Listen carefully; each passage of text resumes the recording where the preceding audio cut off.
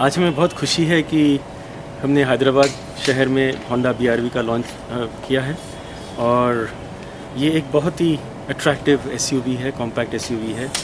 जैसे आप देख ही सकते हैं, बहुत स्टाइलिश है, बोल्ड और स्पोर्टी अपीयरेंस है इसका।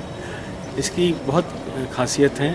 पहली खासियत तो ये है कि इसमें 3 रो हैं सीट्स के और तो 7 लोग बैठ सकते हैं और अगर लोग नहीं हैं तो सीट फोल्ड होके इसमें सामान रखने की जगह भी बहुत है।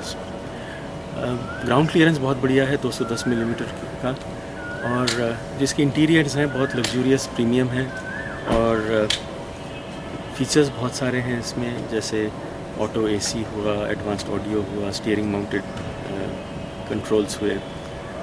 सेफ्टी भी बहुत है। इसका जो बॉडी स्ट्रक्चर है, एस बॉडी स्ट्रक्चर है और dual front air bag standard है।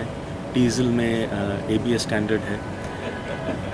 जहाँ तक इसके ड्राइविंग परफॉर्मेंस का सवाल है, इसमें जो स्टीयरिंग सिस्टम है और जो सस्पेंशन सिस्टम है और जो गियर रेशियोज़ हैं, वो SUV ड्राइविंग के लिए बहुत अच्छी है।